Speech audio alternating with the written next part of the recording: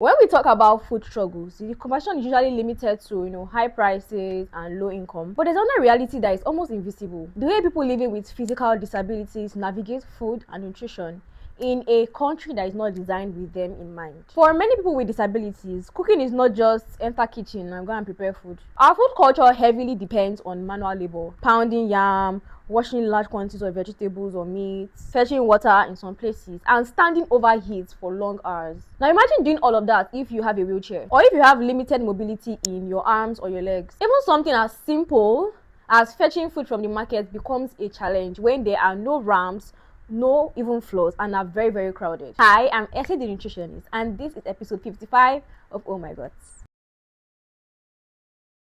Now, because of these barriers, some people with disabilities are forced to rely on caregivers or family members for meal preparation, more processed or ready-to-eat foods that are more accessible but have less nutrients in them. Limited meal variety. Since cooking Nigerian meals usually requires a lot of time, effort, and physical activity, we often say, oh, eat more of this, eat less of that. But that advice is useless if someone cannot physically access or prepare these foods. Nutrition is not just about knowing what to eat. It's about the ability and the environment to make it possible. In Nigeria, people with disabilities face a higher risk of malnutrition, not because they don't know what's healthy, but because the system doesn't make it easy for them to access and prepare these healthy meals. Accessibility is not factored into the design of markets, public spaces, or even the design of household kitchens. Nutrition messaging is usually a one-size-fits-all approach that assumes everyone has equal access to food and the same capacity to prepare it, which is far from reality. So what can change? Number one, policy inclusion. Nutrition and health policy should specifically highlight disability needs.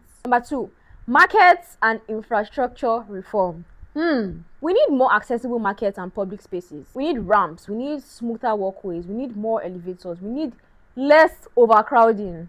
That's more controlled traffic. Number three, support for caregivers. Those who assist people with disabilities in meal preparation should be supported and recognized. And four, representation. Ensure that people with disabilities are consulted when nutrition policies and programs are being designed. Because here's the truth. If our food system excludes people with disabilities, then it is incomplete. Nutrition should not be a privilege for the able-bodied. It should be accessible, practical, and inclusive for every Nigerian. Now that's the end of episode 55. See you next week, same time, same place.